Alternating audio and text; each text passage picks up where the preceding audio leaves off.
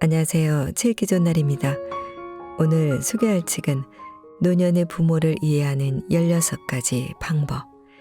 지은이는 히라마스 르이, 옮긴이는 홍성민, 발행은 뜨인돌입니다. 우리나라가 2018년 고령사회로 진입했습니다. 고령화 사회로 진입한 지 17년 만이며 일본에 비해 7년이나 빠르다고 합니다. 고령화가 세계에서 가장 빠른 속도로 진행되고 있는데 우리는 그에 맞는 대비를 하고 있을까요? 이 책에는 고령자들이 자주 하는 행동 16가지가 소개되어 있습니다. 식탁 앞에서 가래를 뱉는다. 신호가 빨간불로 바뀌었는데도 천천히 건넌다. 갑자기 큰 소리로 역정을 낸다 등등. 가족들도 이해하기 힘든, 이해하고 싶지 않은 행동들을 하나하나 열거하면서 고령자가 왜 그렇게 행동하는지 설명합니다. 이에 대한 예방법이나 대처법도 함께 소개합니다. 노인들의 행동은 성격이나 치매 탓이 아니라 대부분 노화에 의한 신체 변화 때문에 어쩔 수 없이 벌어지는 일이라는 것을 알아야 합니다. 저자는 고령자를 배려하는 사회가 되면 지금의 젊은 세대가 고령자가 되었을 때는 더욱 살기 좋은 사회가 되어 있을 거라고 말합니다. 결국 지금의 노년 세대를 이해하는 것은 나 자신을 위한 길이라는 것입니다. 특히 이 책은 고령자 가족, 고령자 본인, 고령자를 상대로 하는 의료계, 요양업계 사람들에게 많은 도움이 될 것입니다. 자, 그럼 지금부터 잠시 책 속으로 들어가 보겠습니다. 오늘도 책 읽기 좋은 날과 함께 즐거운 시간 되세요. 구독, 좋아요, 알림 설정은 사랑입니다.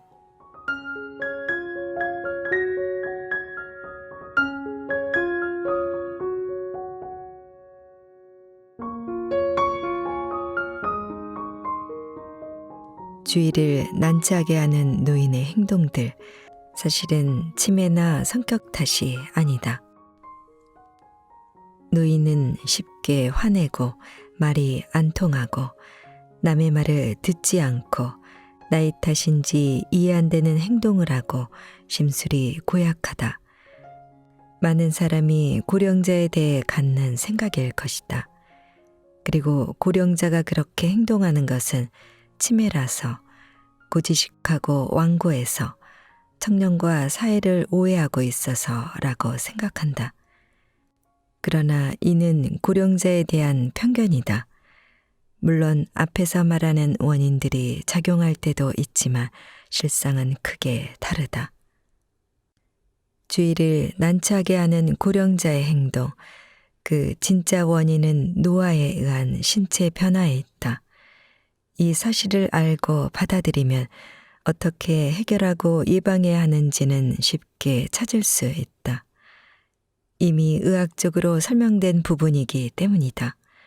그런데도 사람들은 잘못된 대응으로 문제를 악화시킨다.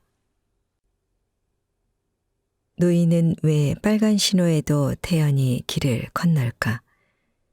한 가지 예를 들어보자.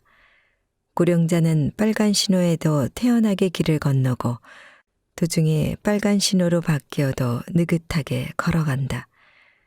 대형 사고로 이어질 수 있어서 보는 사람이 아슬아슬할 정도다. 사람들은 나이를 먹으니 머리가 둔해져서 주위를 난처하게 한다. 차가 알아서 서줄 거라고 생각하나 오해도 이만저만이 아니다 하고 불쾌한다. 그러나 실은 노화에 의한 신체 변화로 어쩔 수 없이 벌어지는 일이 다반사다. 신체 변화란 다음과 같다. 눈꺼풀이 처지고 허리가 굽어 신호등이 보이지 않는다.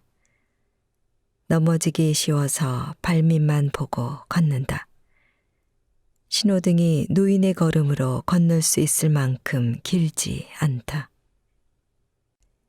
이해할 수 없는 일들은 신체 변화에서 오는 것이지 성격이나 치매와는 관계가 없다. 이런 변화, 즉 노아의 정체를 아는 것이 중요하다. 노아의 정체를 알면 고령자가 난처한 행동을 해도 조바심 내지 않고 침착하게 대응할 수 있다. 고령자 자신도 생각대로 몸이 움직이지 않고 주의와 소통이 되지 않을 때 덜 주눅들게 될 것이다. 이 책에서는 노아의 정체와 주변 사람이 해야 할 행동, 고령자 본인이 해야 할 행동을 의학적인 지식을 토대로 알기 쉽게 구체적으로 제시했다. 표현이 거칠 수 있지만 이 책은 한마디로 노인 취급 설명서인 셈이다. 빨간 신호의 길을 건너는 경우를 예로 들자면 다음과 같은 해결법을 생각해 볼 수 있다. 고령자 본인, 보행보조차 실버카를 사용해 보행 속도를 높인다. 눈꺼풀이 처지지 않도록 간단한 눈 운동을 한다. 주위 사람들이 해야 할 일, 횡단보도 1m를 1초 이내에 걸을 수 있는지 확인한다.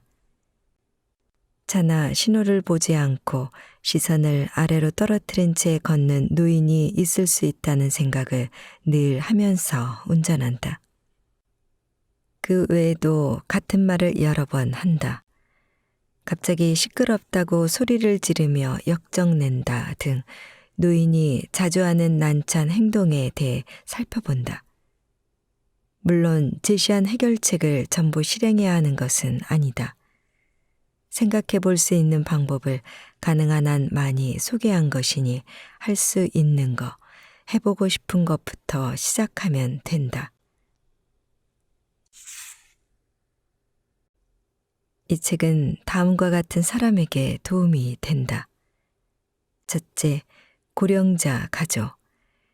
지인에게 물어도 책이나 TV를 봐도 말은 한 가지다. 고령자에게는 넓은 마음으로 상냥하게 대해라. 이야기를 끝까지 들어줘라. 하기 좋은 말일 뿐이다.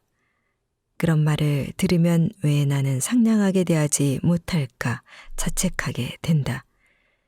단순히 이야기를 들어주기만 하면 된다는 말은 현장을 경험하지 못했거나 과학적, 의학적 지식이 없는 사람의 의견이다. 당신은 잘못이 없다. 고령자와 대화가 잘 안 되는 데는 의학적인 이유가 있다. 그 이유를 알면 조바심도 줄고 올바른 도움도 줄 수 있다. 둘째, 노인 되기가 불안하거나 이미 고령에 들어선 사람. 자신은 전혀 악의가 없는데 주변 사람과 서먹서먹하다 노력할수록 엇갈린다.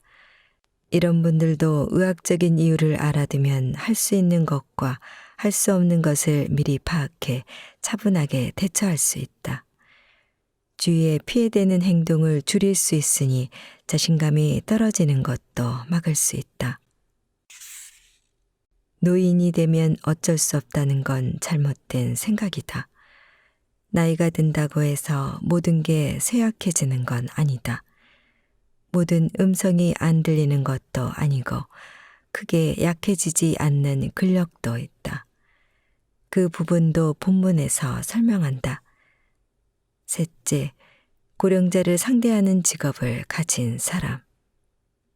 의료계나 요양업계에 종사하는 사람만이 아니라 영업, 접계, 상품 개발자를 포함한 사회인 대부분이 여기에 해당한다. 특히 영업, 적객 종사자들은 노아의 정체를 모른 채 말하다간 말투가 불쾌하다는 불평을 듣기 쉽다. 노아의 정체를 이해하고 고령자가 좋아할 행동을 하면 고객이 늘어날 것이다. 상품 개발자라면 고령자에게 도움이 되는 상품을 개발할 수도 있다. 이런 분들에게 이 책이 도움이 된다면 저자로서 큰 기쁨과 보람을 느낄 것이다. 왜 고령자는 자기에게 불리한 말은 못 들은 척할까에 대한 이야기부터 시작하자. 노인이 자주 하는 난처한 행동. 본인에게 불리한 말은 못 들은 척한다. 설날 연휴 A는 남편과 함께 시댁을 찾았다. 며느리라는 이유로 식사 준비 같은 집안일을 하게 되었다.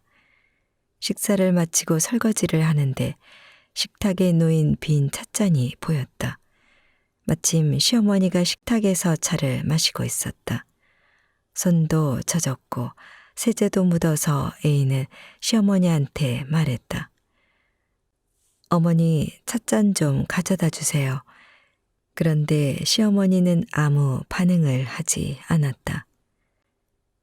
못 들은 척 하시나? 찻잔 정도는 가져다 줄 수 있잖아. 이렇게 생각하며 찻잔을 가지러 식탁 쪽으로 몸을 돌리는데 남편이 시어머니에게 말을 걸었다. 어머니, 양갱 있는데 드실래요? 그래, 먹자. 웃는 얼굴로 양갱을 베어 먹는 시어머니의 모습을 보고 A는 깜짝 놀랐다. 아무리 생각해도 남편보다는 자신이 시어머니와 거리적으로 더 가깝고 목소리도 더 컸는데 시어머니는 남편 말에만 반응을 보인 것이다. 며느리의 목소리에 비밀이 숨어 있다. 고령자는 상대의 말을 무시할 때가 있다. 왜일까? 상대를 싫어해서, 대화 내용에 흥미가 없어서, 멍하니 있다 보니까 사실은 안 듣는 것이 아니라 들리지 않는 것이다. 70대는 전체의 절반이, 80대는 70% 이상이 난청이다. 70대 이상의 고령자는 대부분 듣지 않아서가 아니라 들리지 않기 때문에 반응을 못한다. 우리 부모님은 TV를 보니까 청각엔 문제가 없다고 생각하는 사람이 많다. 하지만 난청인 사람도 잘 들리지 않을 뿐이지 TV는 시청할 수 있다. 나이가 들어 난청이 되면 모든 사람의 음성이 들리지 않는 것이 아니라 일부가 들리지 않게 된다. 톤이 높은 소리, 특히 젊은 여성의 목소리는 듣기 어렵다. 그래서 딸이나 며느리의 말만 무시하는 것처럼 보이는 경우가 많다. TV는 보면서 내 말은 안 들어, 안 들리는 척하는 게 분명해, 열받아 하고 폭발할 필요는 없다.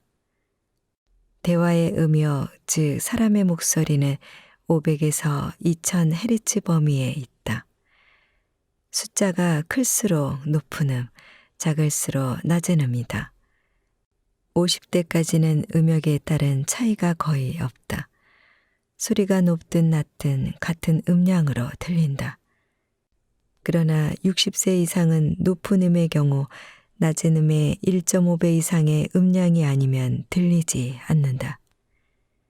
젊은 여성이 남성보다 1.5배 크게 말해야만 들리는 것이다. 그러니까 고령자가 당신의 말을 못 듣는다면 그것은 당신의 목소리가 젊어서일 수 있다. 무시당했다고 생각하지 말고 내 목소리가 젊다고 생각하면 조금은 기분이 풀릴 것이다.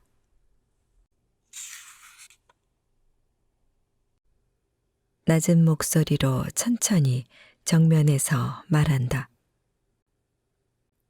의료 현장에서는 고령자에게 짜증을 내는 젊은 여성을 종종 본다. 말싸움이 되는 경우도 있다. 약을 처방해 드릴 테니까 석 달 후에 다시 오세요. 진찰을 마치며 내가 말했다. 그러자 딸이 어머니에게 물었다. 안약은 있어요? 어머니는 뭐? 하고 되물었다. 딸은 짜증스러운 표정으로 다시 크게 말했다. 안약은 있어요? 큰 소리로 묻는데도 안 들리는 모양인지 고령의 어머니는 난처한 표정을 지었다. 그때 간호사가 물었다. 안약 있어요? 그러자 아직 있기는 한데 그래도 모르니까 안약 하나 줘요 하고 대답했다. 역시 소통은 중요하다. 간호사처럼 말하려는 내용을 잘 전달하려면 세 가지 요령이 필요하다. 낮은 목소리로 천천히 정면에서. 고령자에게는 가능한 한 낮은 목소리로 말해야 전달이 잘 된다. 낮은 목소리만 들리기 때문에 며느리의 말은 안 들려도 아들의 말은 들린다. 또 아내의 말보다 의사의 말이 잘 들린다. 게다가 나는 목소리가 저음인 편이어서 고령의 환자를 대할 때 유리하다. 의료 현장이나 요양 현장, 일반 상점에서도 고령자를 상대하는 사람은 무의식적으로 낮은 목소리로 말한다. 왠지 그렇게 해야 들어주기 때문이라고들 한다. 목소리가 낮아야 잘 전달되는 원리를 모르면 무조건 목소리만 높인다. 당연하게도 상대는 싫은 표정을 짓는다. 목소리는 양보다 질이다. 고령자를 상대할 때는 천천히 끊어서 말한다. 나도 말이 빠른 편인데 진료를 할 때는 가능한 한 천천히 말한다. 상대와 똑같은 속도로 말해야겠다고 의식하면 천천히 말할 수 있다.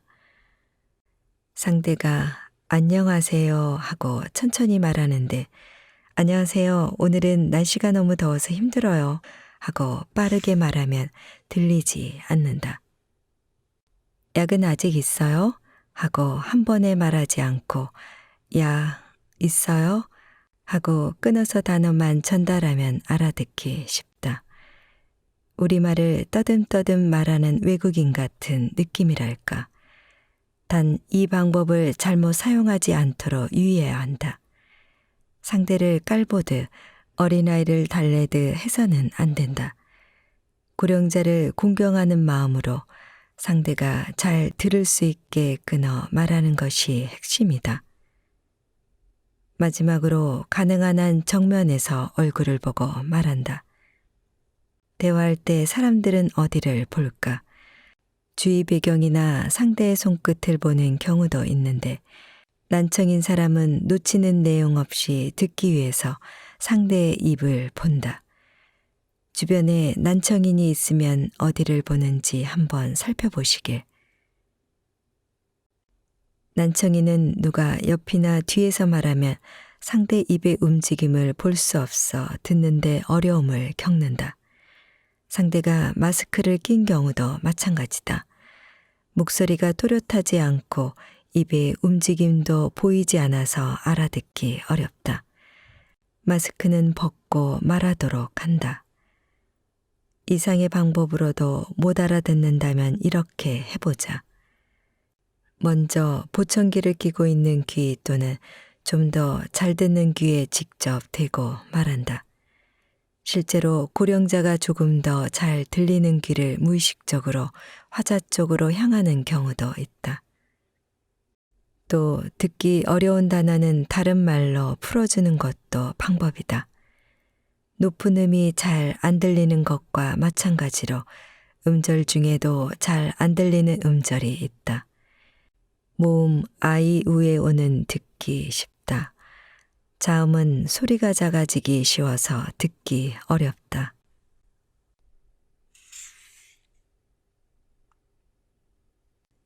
노화의 정체. 모든 사람의 음성이 안 들리는 것은 아니다. 높은 소리, 특히 여성의 목소리가 잘 안 들린다. 주위에서 곧잘 하는 실수. 큰 소리로 여러 번 말을 건다. 주위 사람이 취해야 할 바른 행동.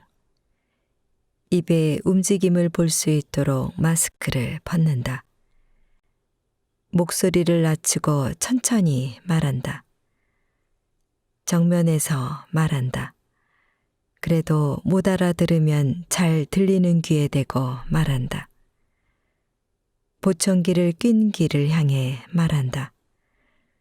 고령자와 같은 속도로 말한다. 단어를 나눠서 말한다. 라디오 프로그램의 사회자나 저녁 뉴스의 아나운서 말투를 따라한다. 숫자는 연속해서 말하지 않는다. 동음 이어는 표현을 바꿔서 말한다. 이렇게 되지 않으려면 헤드폰과 이어폰은 되도록 사용하지 않는다. 음량을 낮춰서 듣는다. 굉음이 심한 장소에는 귀마개를 한다. 내 경우라면 귀에 손을 대고 들어본다. 서서히 음량을 줄여 작은 소리도 들을 수 있도록 트레이닝 한다.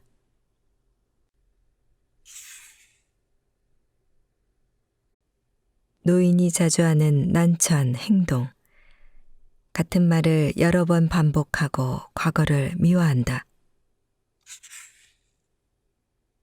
씨의 아버지는 오래전 이야기를 수도 없이 반복한다. 아버지, 내가 어렸을 때는 아버지가 백화점에 자주 데리고 갔어. 거기서 사탕을 샀지. 그 사탕이 말이다. 씨, 바카 마셨죠? 하도 여러 번 들어서 외울 정도다. 지인과 상의하고 인터넷으로 검색해봐도 그냥 받아들여라. 매번 웃는 얼굴로 들어라고 하는데 이젠 진짜 참을 수가 없다. 게다가 씨의 아버지는 지금은 모든 게 불만스럽다고 하면서 옛날 일은 다 아름답게 말한다. 옛날이 좋았다고 노래를 부른다. 씨는 결국 폭발하고 말았다. 똑같은 말 좀 제발 그만하세요. 그러자 아버지는 침울해진다. 막상 그런 아버지를 보니 더 신경이 쓰인다. 기억력이 떨어지는데 어떻게 똑같은 말을 반복할 수 있을까? 나이가 들면 똑같은 말을 반복한다. 흔히들 기억력이 떨어져서라고 생각하는데 그렇다면 어떻게 똑같은 이야기를 여러 번, 그것도 길게 할 수 있을까? 기억력이 떨어지면 똑같은 이야기를 한다는 것 자체가 불가능한데 듣는 사람이 실증나도록 한 이야기를 잊어버리지도 않고 수도 없이 되풀이할 수 있다는 것은 생각해보면 이상한 일이다. 고령자라고 해서 기억력이 다 떨어지는 것이 아니다. 우선은 단기 기억이 저한다. 안경을 어디에 두었는지 잊어버리고 물건을 사러 갔다가 빼먹고 그냥 오는 시기다. 단기 기억력 저하는 젊은 사람한테도 나타난다. 단 단기적인 기억이기는 해도 초단기 기억은 유지된다. 가령 군만두 하고 말하면 곧바로 군만두 하고 따라 말할 수 있는 것은 초단기 기억의 영역이다. 장기 기억은 단기 기억에 비해 오래 유지된다. 20세 전후의 기억이 특히 그렇다. 그래서 어제 저녁에 무얼 먹었는지는 잊어버려도 어려서 다닌 학교에서 있었던 일은 기억한다. 장기 기억 중에서도 여러 번 반복됐던 일은 쉽게 잊히지 않는다. 우체통 색이 빨갛다거나 아들의 이름이 무엇인지는 기억하는 것이다. 자전거 타기, 일하는 방식, 수영 등등 몸을 반복적으로 사용한 경우도 기억에 남기 쉽다. 그러나 옛날 추억이고 몸을 사용했어도 일회적 사건은 잊어버리기 일수다. 재미있게 다녀온 가족여행은 기억 못하면서 회사 일은 기억하다니 하고 충격받을 필요는 없다. 가족과 싸운 추억보다 일이 중요했다는 의미가 아니다. 회사 일은 반복을 통해 기억에 정착한 것뿐이다. 정리하자면 고령자는 여러 번 말한 내용은 장기 기억이라서 정확히 기억하는데 그걸 최근에 말했다는 사실은 단기 기억이라서 잊어버린다.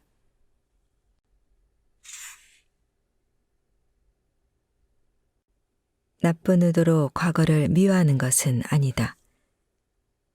아는 의사 중에 자신의 옛날 이야기를 자주 하는 사람이 있다. 여러 번 똑같은 이야기를 해서 나도 외울 정도다. 이 책을 읽을 수도 있으니 자세한 내용은 언급하지 않겠지만 이야기 끝에 있고 그래서 그때 어떻게 됐을 것 같아 하고 묻는다. 그때마다 뭐라고 대답해야 할지 몰라서 난감했다. 대답을 하면 기분 나빠한다. 그렇다고 모른 척하기도 그렇다. 몰라요. 어떻게 됐는데 하고 말했다가 갑자기 이전에 내가 답한 게 떠올라서 그러고 보니 요전에 말한 것 같은데 아까 모른 척한 거지 하고 다그치기라도 하면 낭패이니까 결국 글쎄요 하고 얼버무린다. 못해도 30번은 들은 이야기이고 그래서 그때 어떻게 됐을 것 같아 라는 질문도 그만큼 받았는데 본인은 그런 사실을 끝내 몰랐다. 사람들은 옛날 이야기를 말할 때 대개 필요 이상으로 미워한다. 나는 최선을 다했다. 그때가 좋았다 등등. 이건 역시 기억의 신비로운 점이다. 나쁜 기억은 지워지고 좋은 기억은 남기 쉽다. 초등학교 때는 매일 학교에 가고 숙제도 있고 선생님과 엄마한테 혼도 났을 텐데 이런 기억은 거의 없다. 반면 소풍이나 운동회처럼 기분 좋은 일은 선명히 기억한다. 여기에는 앞으로 남은 삶, 즉 여생이 관계한다는 가설이 있다. 살아있는 동안의 시간을 조금이라도 만족시키기 위해 은연중에 긍정적으로 기억하는 것이다. 또 건강에 대한 불안이나 가족 또는 친구와의 이별 같은 스트레스에 대항하기 위해서라도 긍정적으로 생각한다. 나쁜 뜻에서 미화를 하는 것은 결코 아니다. 최근에 일어난 일 중에선 안 좋은 일을 떠올린다는 점도 신기하다. 정리하자면 고령자는 지금은 나쁘다, 옛날은 좋다고 기억이 재구성돼서 과거를 미워하고 지금을 부정하는 이야기를 하게 되는 것이다.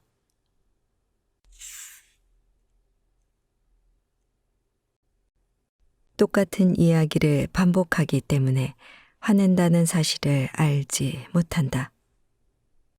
옛날 기억, 반복된 기억, 몸을 움직인 기억은 오래 유지된다는 것을 살펴보았다. 이 점을 활용하면 나이가 들어도 기억을 잘 유지할 수 있다. 소중하고 중요한 일을 오래 기억하고 싶은가? 그렇다면 정원 일을 하는 동안 기억하고 싶은 일을 반복해 떠올려 보자. 또 짧은 낮잠은 기억력을 높이는 데 효과적이므로 30분 이내에 낮잠을 자되 자기 전에 기억하고 싶은 일을 떠올리는 습관을 들인다. 반복한 일이 머리에 잘 남는다는 점을 활용하면 고령자가 똑같은 이야기를 되풀이하는 걸 막을 수도 있다. 예를 들어 옛날에 일어난 전쟁 이야기를 반복한다고 하자. 같은 이야기를 하루에 여러 번 말하는 사람은 없다. 오늘 말했으면 다음 날 다시 한다. 전쟁 이야기를 했다는 사실을 그새 잊은 것이다. 이럴 때는 전쟁 이야기를 하루에 여러 번 하게 한다. 반복해서 말했기 때문에 전쟁 이야기를 했다는 기억이 머릿속에 잘 정착할 수 있다. 몸을 움직이며 한 일이 오래 기억된다는 사실도 활용해 보자. 전쟁 이야기를 할 때는 차를 마신다와 같은 규칙을 정하는 것이다. 그렇게 하면 차를 마시는 행동이 더해져 전쟁 이야기를 했다는 기억이 잘 정착된다. 그중에는 젊을 때를 떠올리면 기분이 좋아서 전쟁 이야기를 여러 번 하게 된다는 고령자가 있다. 이런 경우에는 주위 사람들이 괴롭다. 나도 그랬다. 그러나 제발 똑같은 이야기를 좀 하지 마세요 하고 화를 내선 안 된다. 누이는 부정당했다는 기억만을 갖게 된다. 즉, 자신이 같은 이야기를 여러 번 해서 상대가 화났다가 아니라 이유는 모르지만 상대가 화를 냈다고 입력된다. 감정은 마음에 깊이 새겨진다. 차라리 자리를 떠서 마음을 진정시키거나 5번까지는 참고 듣는다고 정해두는 편이 좋다. 짜증내는 심정은 이해하지만 그래봤자 해결은커녕 악화만 될 뿐이다.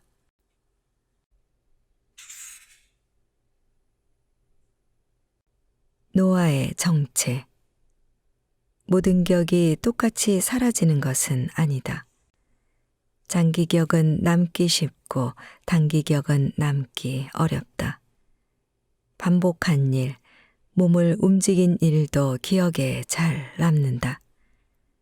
옛날 일은 좋은 기억이, 최근 일은 나쁜 기억이 남기 쉽다. 과거 미화로 이어진다. 주위 사람이 하기 쉬운 실수. 같은 이야기 좀 그만하라고 화를 낸다. 주위 사람이 취해야 할 바른 행동. 차를 마시는 등의 소소한 행동을 하면서 이야기를 하게 한다. 전달 내용이 많을 때는 일부만 전달하고 시간을 두었다가 나머지를 정리해서 전달한다.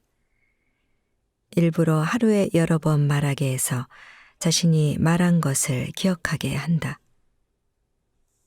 자신이 이렇게 되지 않으려면 기억하고 싶은 건 화단 가꾸기처럼 몸에 부담이 안 가는 일을 하면서 반복해 떠올린다. 자신이 이렇게 되었다면 기억하고 싶은 일을 떠올린 다음에 30분 이내로 낮잠을 잔다.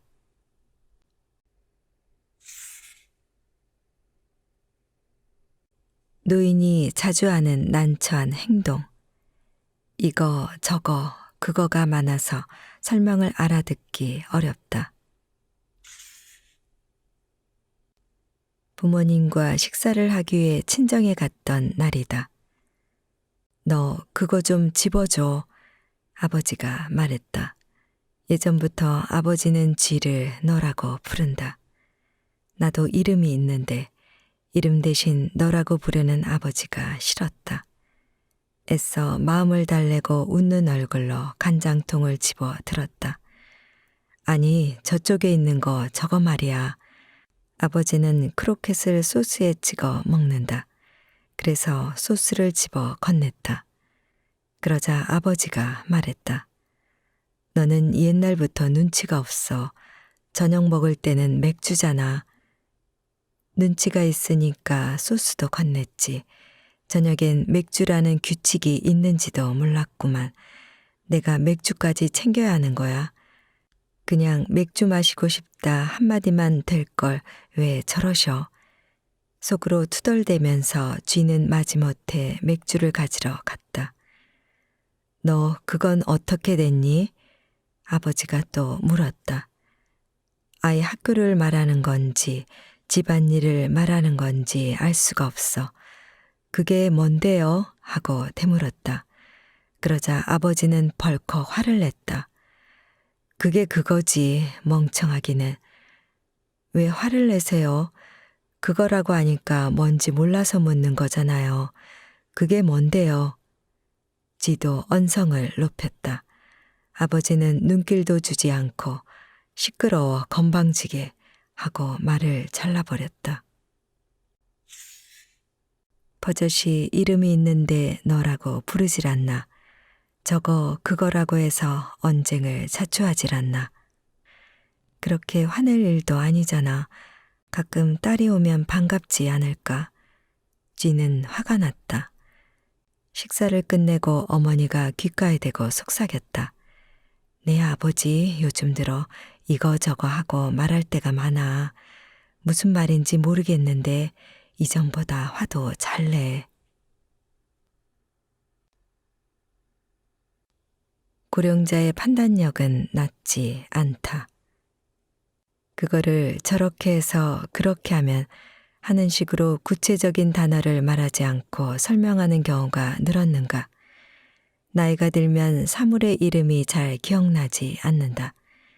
또 젊은 사람에 비해 이야기가 2배 이상 길어진다.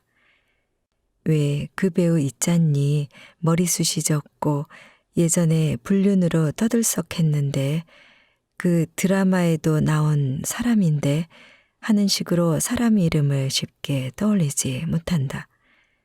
나이가 들면 이거 저거 그거가 늘어난다는 것은 기억력 감퇴만의 문제가 아니다.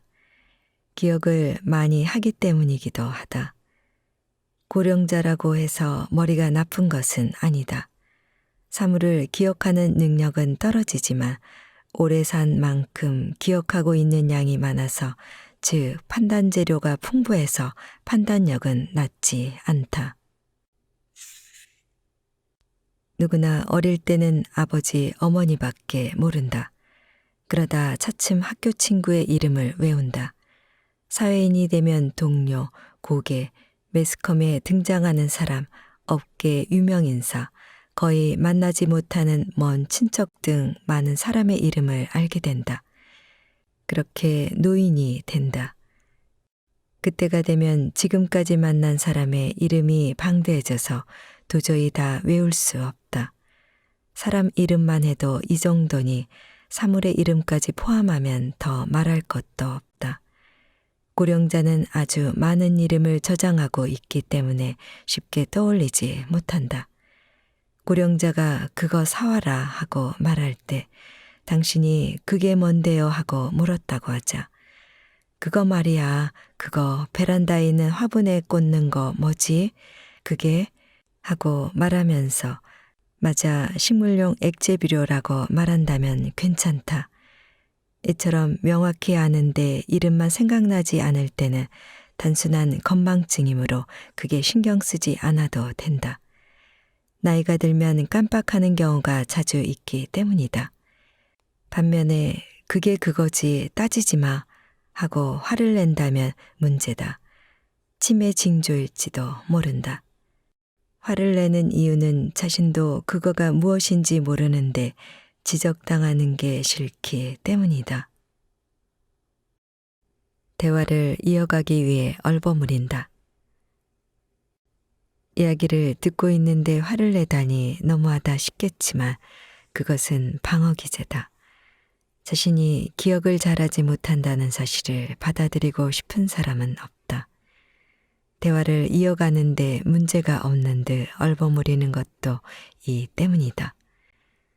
얼버무리기 반응, 상황적 반응이라는 이름이 붙어 있을 정도로 흔한 일이다. 잘 모르겠으니까 둘러대자고 처음부터 의도하는 것은 아니다. 그냥 무의식적으로 그렇게 된다. 이거 저거가 늘어서 의미 없는 대화가 계속될 때도 있다. 진료 현장에서도 자주 있는 일이다. 나, 최근에 내과에는 가셨어요. 고령자, 요즘에는 나이가 들어서. 나, 네, 연세가 들면 여기저기 불편하죠. 기다리시게 해서 죄송해요. 점심은 드셨어요?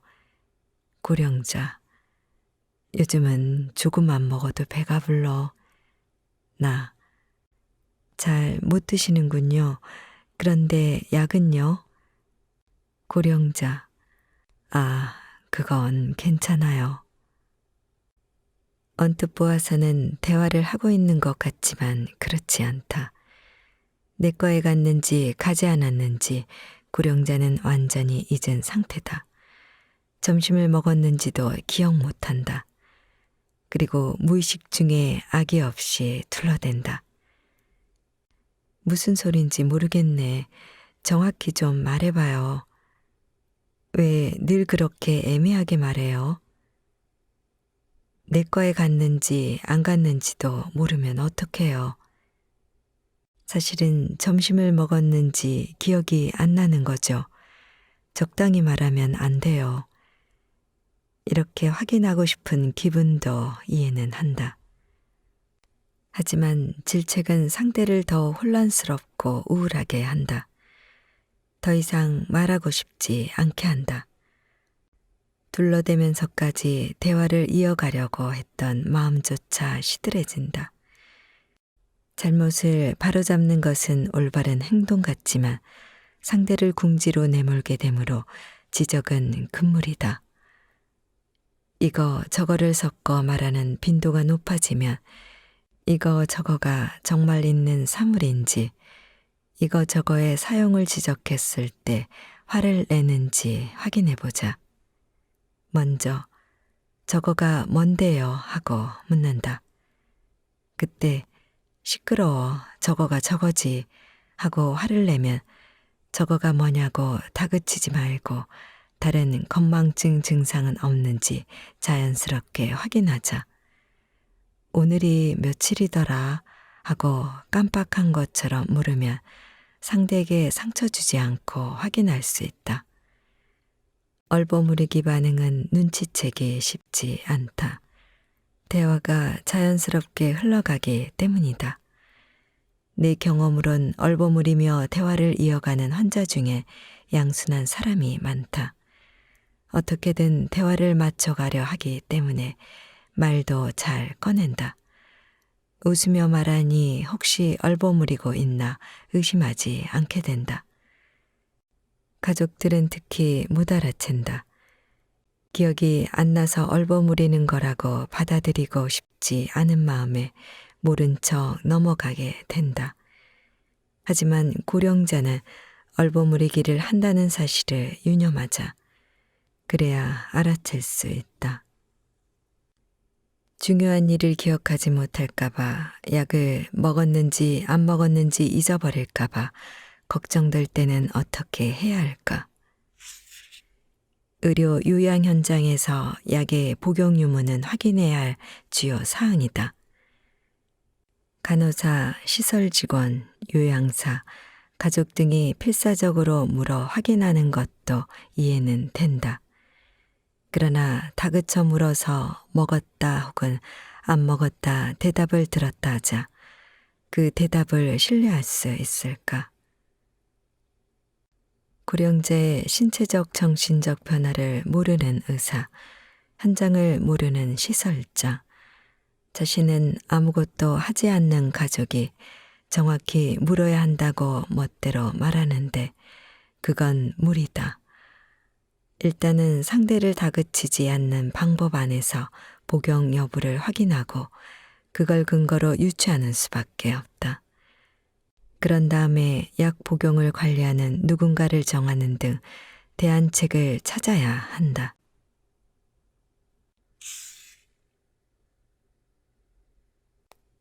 노아의 정체. 이거나 그거의 정체를 다그치면 마음을 걸어 잠근다.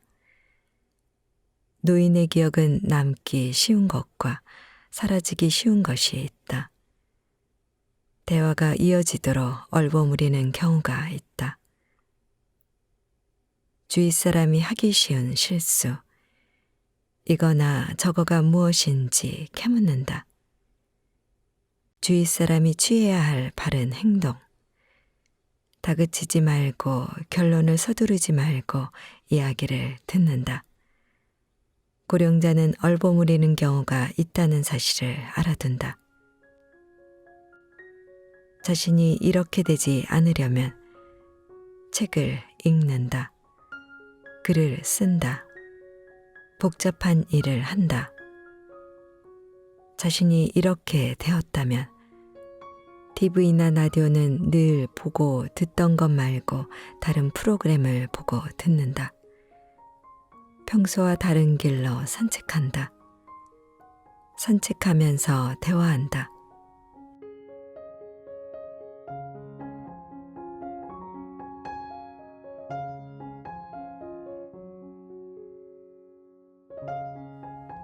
제일 기존 날 오늘은 노년의 부모를 이해하는 16가지 방법을 보내드렸습니다.